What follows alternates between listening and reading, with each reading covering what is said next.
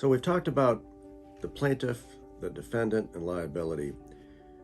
The next issue is causation, and it's perhaps the most complicated part of the case sometimes. And that has to do with whether or not each of the harms that you claim are caused by the accident are in fact related to the accident and not some other cause. The defendants in each case always spend the most time fighting causation. They try to prove that your injuries or your harms caused didn't happen. Either they didn't happen in the accident, or if they did happen, they're caused by something other than the accident, or that they were pre-existing before the accident, and now you're just complaining of it because of an accident, or that the harm was caused sometime after the accident for some other unrelated reason. And so this is a typical strategy for the defense in every case. And so when we look at causation, we look at your entire medical history to see what it contains and to see if there are overlapping injuries that you have. And most people at some point in their life, for example, has complained of, a neck pain or a back pain. It's going to be there somewhere, or a knee pain or what have you.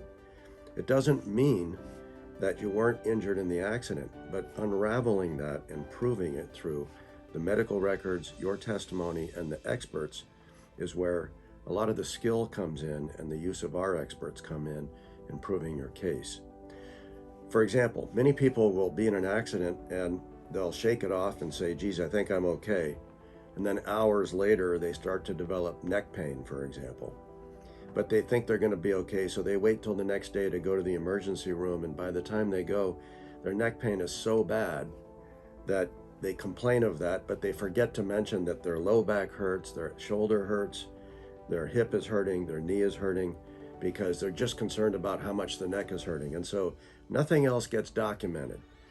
And in our business, unless something is documented in a medical record, it's very hard for us to later say it existed. They will argue that, hey, had it been that bad, you would have told the doctor about it.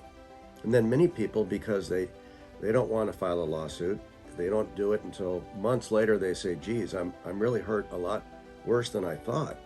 I'm still having pain, and I'm still disabled here. I'm having to take time off work. And then they finally go to a lawyer.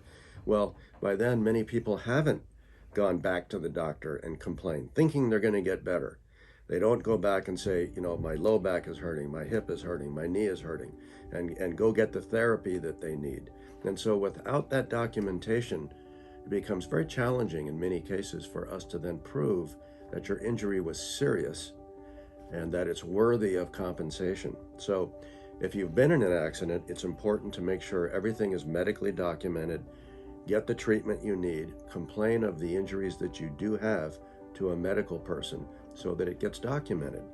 If you haven't, it's more of a challenge for us, but we do have ways to try to prove your injury. And if you're credible in your testimony, that goes a long way as well if you're a good plaintiff.